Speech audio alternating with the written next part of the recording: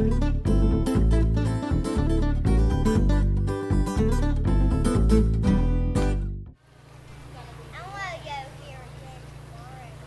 wrong?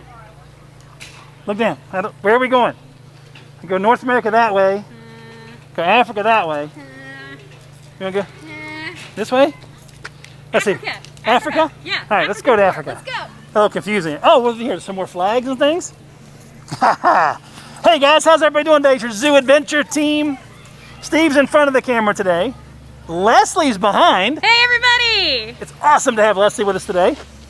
I told him to say that. Where's the money? Later. Later. Oh, sorry. So, we've been taking you on some tours of spaces, and we took you on some of the tours of the spaces in North America. We thought, you know what? Let's hit some of Africa quickly as well. Because again, some of you may not want to come in the wintertime, and we do understand, but we are open. The zoo's not hibernating. The zoo's open for you if you want to come out. And as a matter of fact, winter's a great time to come if you're looking for the zoo experience and not all the other experiences that are here, like Zoofari and Carousel and stuff like that. We do have some really neat enhancements right now going on. There's actually a couple s'mores stations when the wind isn't very high. On today's tour, we're going to kind of take it like you would be visiting. We may not get to everything, or if we get there and there's nobody out, we'll probably just skip it, maybe like you might do. But remember, when you're visiting, take your time, slow down, and look all around to make sure you don't miss anything on your visit to the zoo. This is a taped episode. You might imagine it's kind of hard to get through all of the space. So it's a taped episode. We're there answering your questions now. So if you have any questions or comments, feel free to throw them out there. And somebody, I know I'll be there, Leslie might be there, and who knows who else, to answer your questions.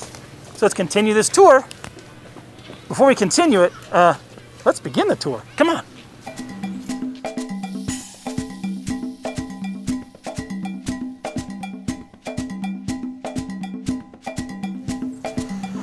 All right, yes. So yeah, we told you we'd take you on a little tour of some of our Africa spaces. And can you guess where we might be? Can you take a guess? Leslie's going to give it away here in a second, I think. Remember, Leslie's behind the camera today. I'm in front. Leslie, look back there carrying two. Where are we, guys? I'm sure that's Olympia. Right, yeah, we're over at the gorilla habitat, aren't we? So we're sharing the gorillas with you. The first stop we're going to make, this big male here that Leslie's showing you is Mosuba. He's our silverback. Can you see where he gets the name? Let's see if we can. Oh, look at Leslie getting higher, getting tall. Get tall, Leslie. It's very hard to do.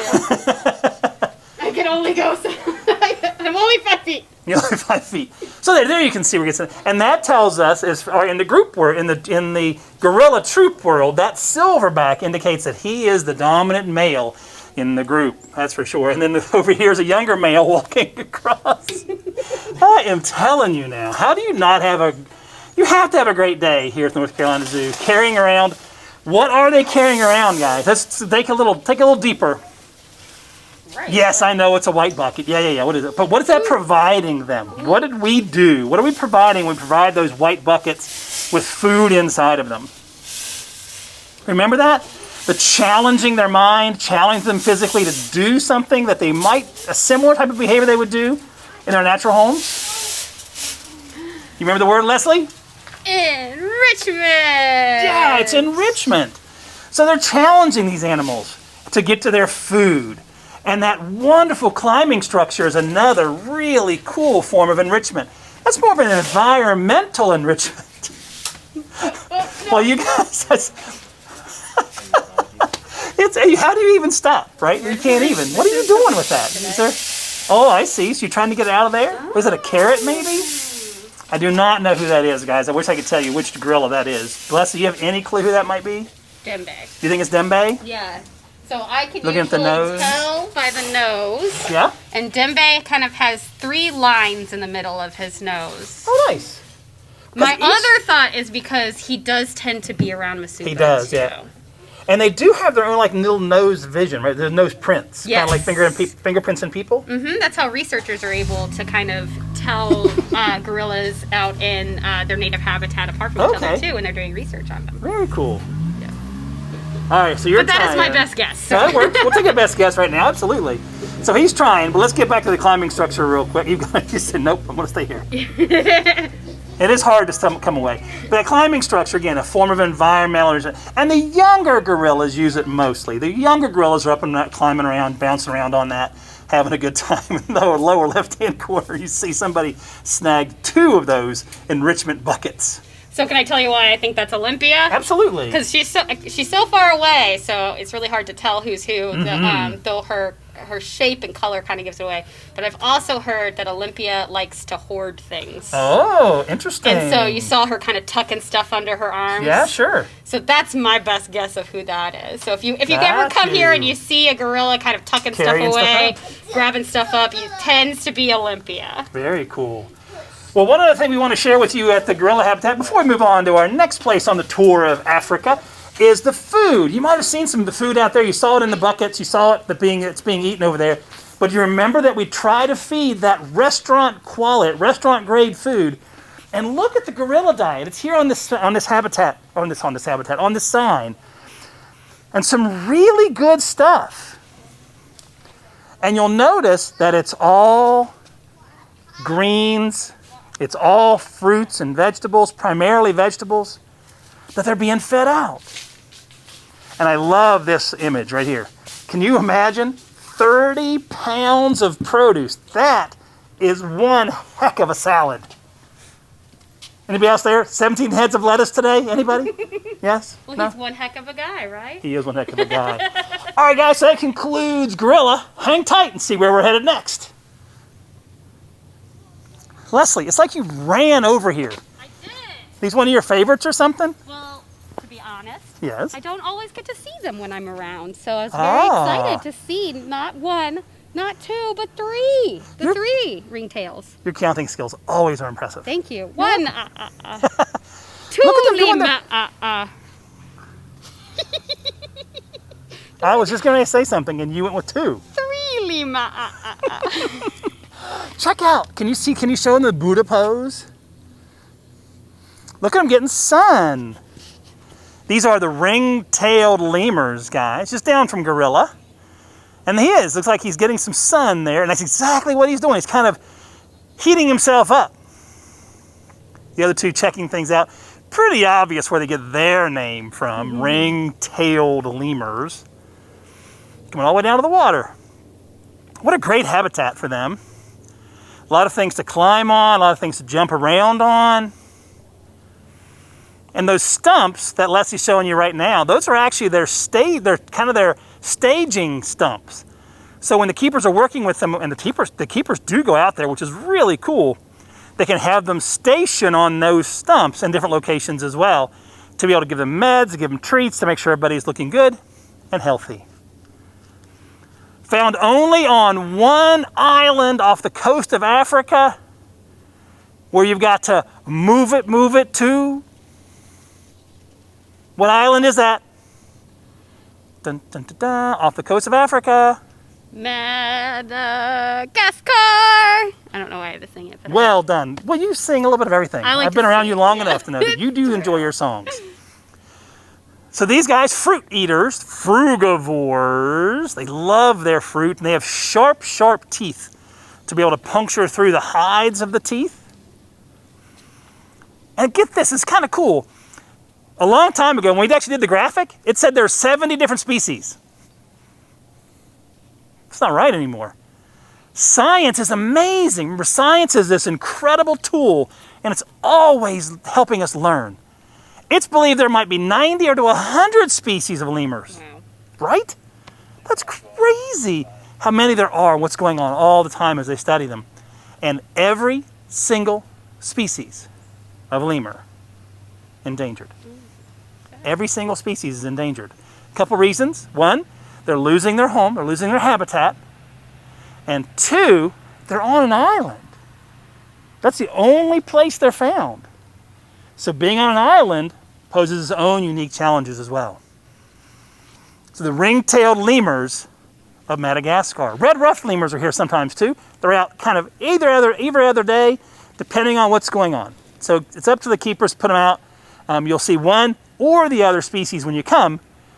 once we're open. The zoo is open, still limited numbers, still asking you to reserve your tickets when you come ahead of time. In the winter, we're still suggesting reservations, but it's not quite as strict because the numbers aren't. Now on weekends, it might be.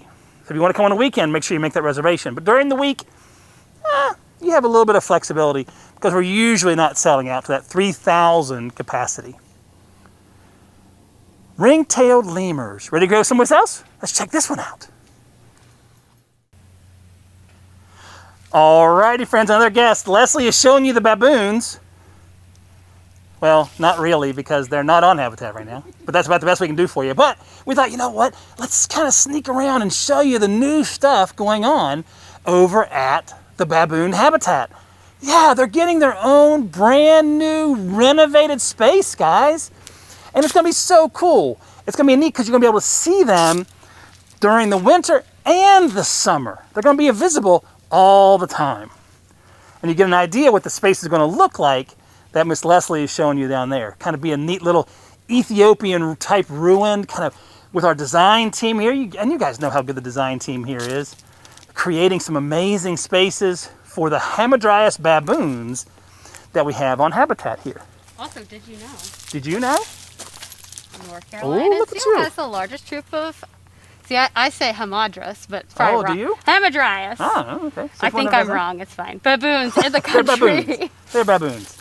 So, Leslie, I got a question for you. Yes. The zoo is open. Yes.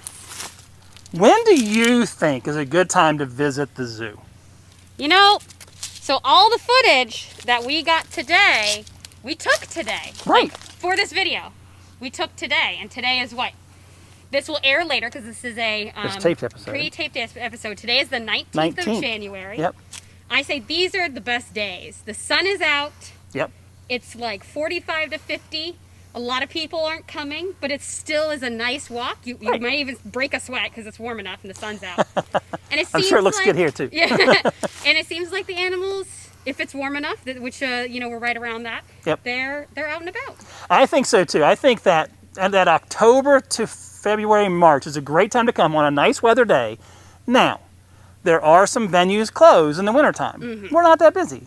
So if you're looking for that type of experience, of course, late spring into summer, early fall. But if you're just coming for a wonderful walk to experience the zoo and all the zoo has to offer on the animal side, man, that late fall, winter, early spring, great time to visit. Great time to visit. Let's go find an animal. Can you zoom in there and find it, Leslie? Let's see. I'm as far as I can zoom. Yeah? Look, there's animal-like things over there. I see four-legged creatures. Yeah. I see a little bit of movement. A little. A little. All right. Well, guys, we're at the Watani Grasslands overlook. One of the other spaces here at the North Carolina Zoo. And you can imagine how big this space is. 40 acres. That's almost 30 football fields. And if you've been with us before, slow down. Then you've seen this habitat. We've been out on it. So we've had some amazing views. We thought, we'd start to come down and show you kind of how big it is. Check this view out over here. Look how broad that is, guys. And the animals are out and about out there. They're just on a 40-acre habitat. So you've got to really be patient and look around to see if you can find them. Let's see if I can hold the ostrich. Can I try to hold the ostrich? Sure. All right. You see the ostrich? I see. Keep hand up a little bit. Keep going, keep going, keep going. Keep going, keep going, keep going. All right, no, down a little. Perfect. This is a tiny, tiny This ostrich. is Pearl. Right here is Pearl. And if Pearl was really this close, she'd be about 7 or 8 feet tall. So although I can hold her here, not really for sure. But you're 6-something. I'm 6'3", so you get the idea. So she's still up here, even as a female ostrich. But yeah, we just wanted to come and show you the Watani Grasslands habitat, kind of give you an idea. We're taking you on a tour of the Africa spaces. So when all of this is open and things are going, this is another one of those spaces that you can come and visit and really get an idea, and also oftentimes see the animals doing as they might do in their native lands. You might see them running and checking things out. It's really an impressive space. So if you get a chance to come down and check out the grasslands, I'd do it. On to the next. Let's go. And action. Oh, that's me. Sorry. Hey, guys. I already did that. you did Remember when I said one? an action. You and did then the whole thing. pointed? Oh, Steve, get with it. So, continuing our tour of the Africa habitats here at the North Carolina Zoo. You can't go anywhere without seeing the elephants, right? So we wanted to make sure we brought you over to see the elephants, and they're in really awesome space. They've got these awesome kind of rubbing structures, the great little pond you see in front of Artie there, and of course the animals themselves. This is our big male Artie. When I say big, he is really big. He's about 13 feet tall. So that's 10 feet. That's a basketball hoop plus 3 feet. Or 2 of me. And a little bit. They're really big animals. They need this much space to walk around and check things. Now, this isn't the only animal we have. We do have several others. But we thought we had a really good view of Artie. We're taking you kind of on a tour again. Just want to introduce you to the space and one of the amazing animals that live here at the North Carolina Zoo in Artie. Do you know how old Artie is off the top of your head, Leslie? No. I don't either. You know what, though? What? There's a book that tells us. Is there? Yeah, because we have some great graphics around here. Where's the book? All right, you ready? Let's go find it. Oh, we gotta go all the way over here, though. Yeah. Do. So just pretend you're here with us. We're taking a little walk. We're taking a little walk. Taking a little walk. Get a view of Artie as he walks away. Leslie doesn't know, but I stepped away from her to grab something. So she's still talking. We can't hear on the microphone. However, I can hear myself. But I forgot to grab something, so I wanted to share that with you. Looky here. Found it.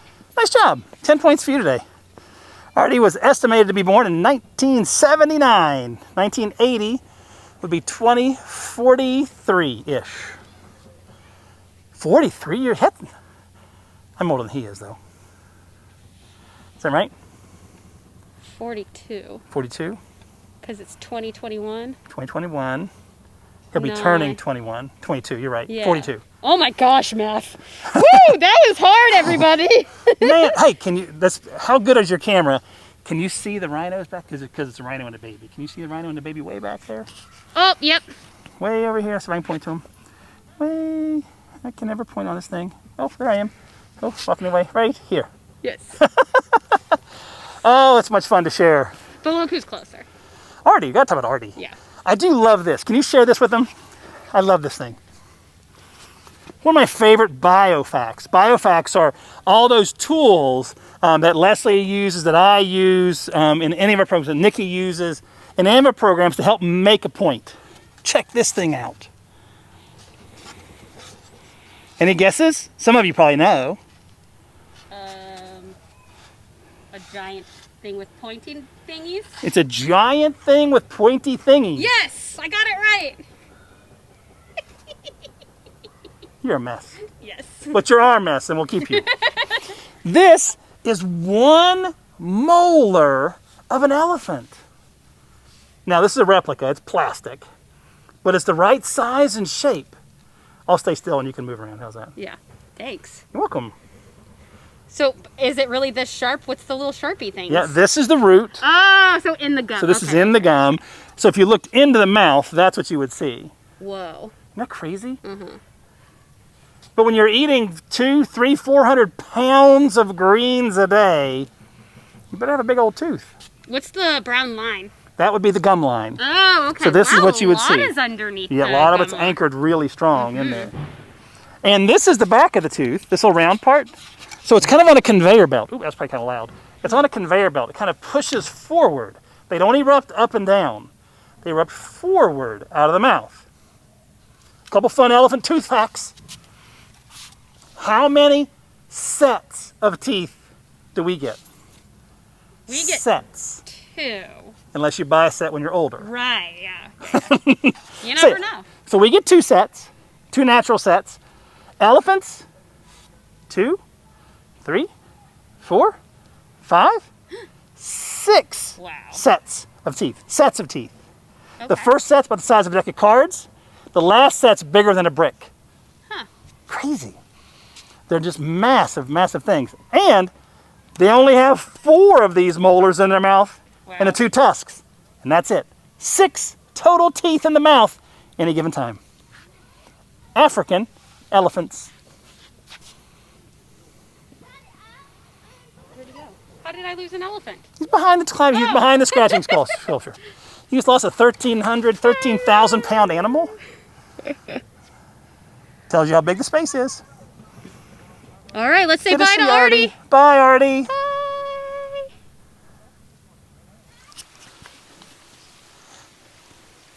Leslie, I'm waiting for you to say 1.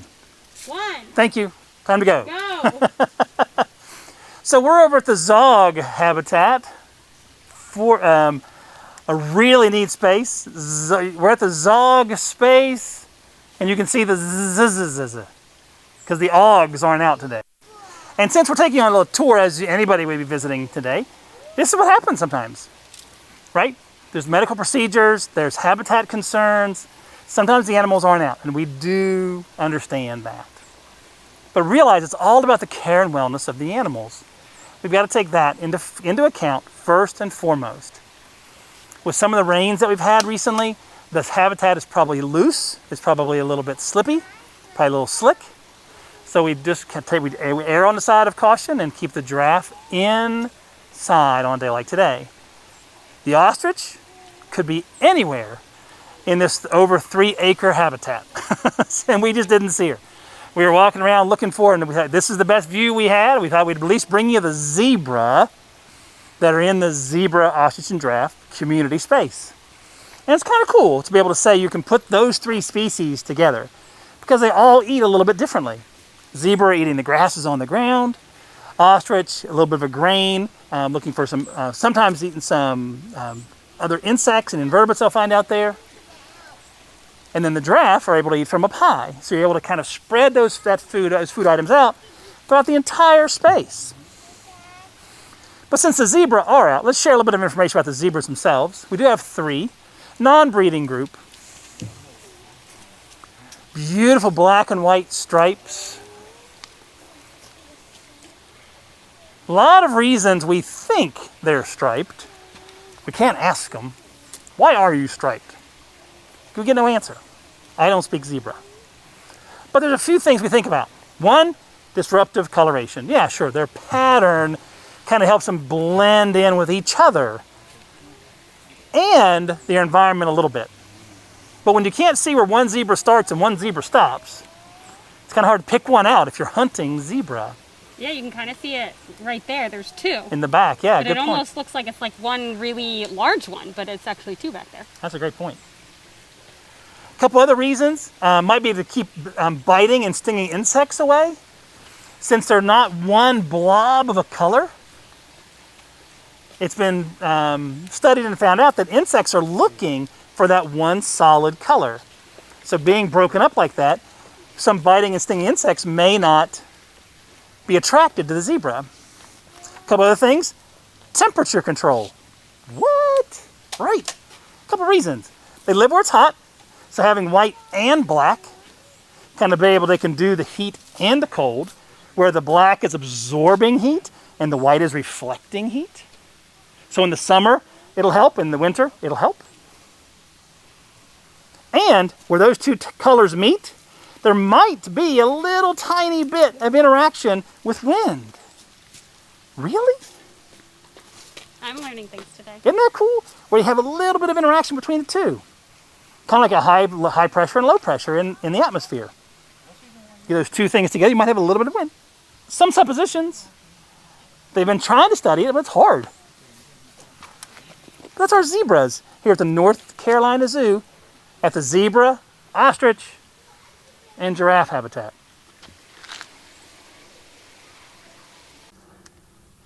Wow! Check this out. Come back. Where are you going? Red River Hog? Red River Hog. We need you over here. You gonna go over there? Listen. They just don't listen. But we're trying to shoot through the plexi here. Just again, we're taking on a tour, and this is how you would see the space. So Red River Hogs, really cool critters, and they get skipped a lot. Very, very smart. Why don't we walk walk around to the side where there is no glass. Looks like that might be a good shot now. You do know your space. I know. That's good. I like it.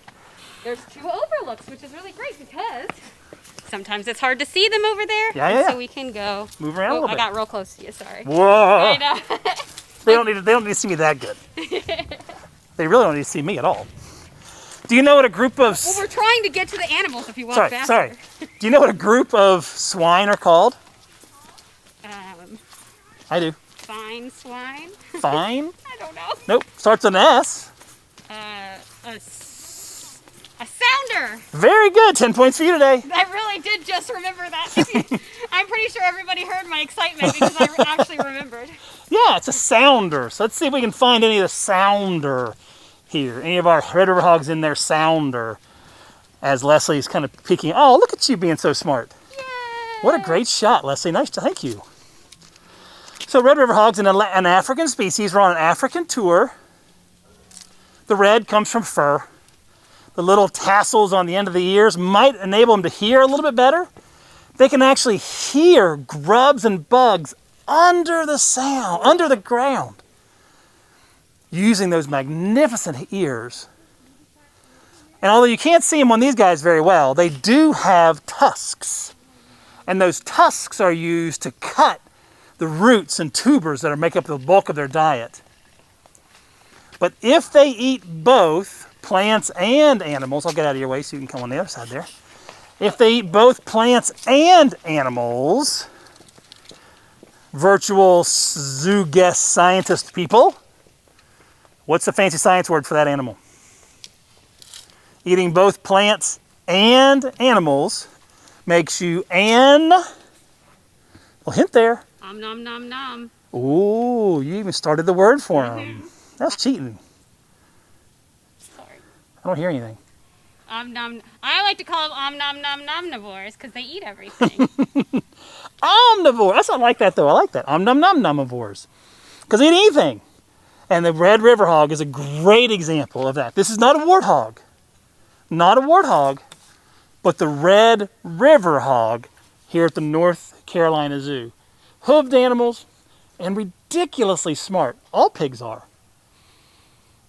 Swine type of pig. Ridiculously intelligent animals. And one of their, little behind the scenes information for you, one of their favorite treats, belly rubs. Belly rubs. So when you're doing training, you don't always have to give food. So in some of the animals here at the North Carolina Zoo, you find that secondary reinforcer, that other thing they like a lot, because almost all animals really get into food. But if you can find a secondary reinforcer, it works just as well. And for the Red River Hogs, it can be belly rubs. Who knew? You getting it? Hey, sweetie. So as we were getting ready to leave, Leslie saw this really cool thing. You see that Red River Hog there? See the water coming out? That's called Elixit. So he's able to push a little lever over there and get fresh water. Yeah, so another one of the really cool. Exactly. Yep. They figured that out. And another way they were able to provide that care and wellness and let the animals get the water they want without putting a water bowl out. Smart pig.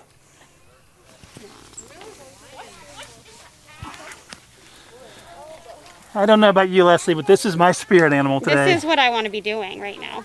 Find a nice sunny spot. Sleep. African lion. Oh, looky there. Oh, he's going to get up. That's just for you guys. No, I did not plan that at all. You stalking your little mate there? You stalking Makita Riley? So there you go. Yes, this is our African lion habitat. Wrapping up our tour of Africa with you today. Hope you've enjoyed this. As it was taped, people have been there answering your questions, talking with you. Hope you had some good comments to make. Riley, our very old male lion.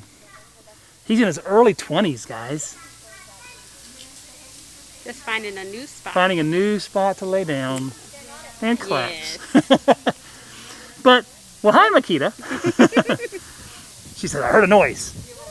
How you doing, Makita? So it's kind of, and this is what you get, right? This is the North Carolina Zoo's African lion habitat, and that's what they're doing. And guess what? That's what they're supposed to do. So for us, when we're providing choice, providing our care and wellness, seeing animals do what they would do naturally is ideal. Now, when you come, you want to see them doing things. And I kind of get it, but this is what they do.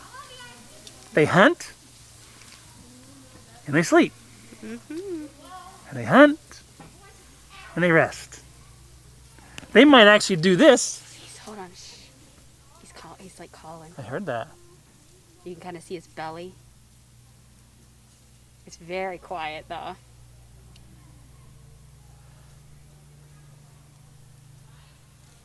That was kind of cool. Yeah. Anyway, sorry. No, that's good. Appreciate the thought. Makita's like, what? We didn't say it, Makita. Riley said it. I don't know what he said to you, but he said it. The only felines that hang out in groups, pride of lions, as you guys probably know. We've done a couple episodes on lions before. So today's a little shorter, but we did want to end with a really amazing animal. Non-breeders. They have bred before, but not anymore. In the AZA world, remember that SSP, the Species Survival Plan. So that's that kind of like computerized dating service for animals. Somebody is matching or pairing up animals that are distantly related or not related at all. So these guys have produced cubs, 4 cubs as a matter of fact, and the decision was made not to breed them anymore. Which makes sense, right? You don't want to kind of throw too many animals out there. And if other zoos aren't looking for lions at this time, you don't want to be breeding. For the health of the species. Absolutely. Absolutely. If you didn't hear Leslie, she said for the health of the species.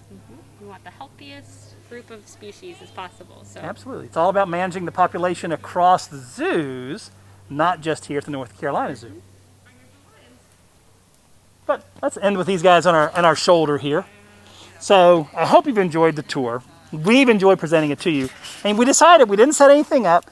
We just wanted to come out and about and share it the way you would share it when you come for a visit. Hopefully you can come soon.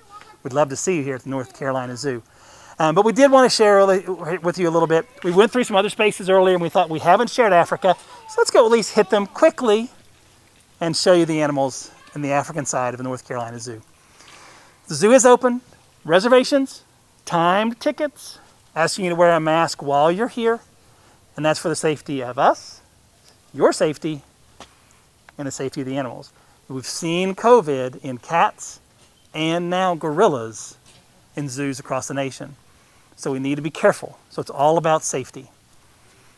So today, from your Zoo Adventure team, Steve was in front of the camera today, Leslie was behind. Hey everybody! It was so good to see you. Stay safe. And we'll see you at the zoo soon. Bye, y'all.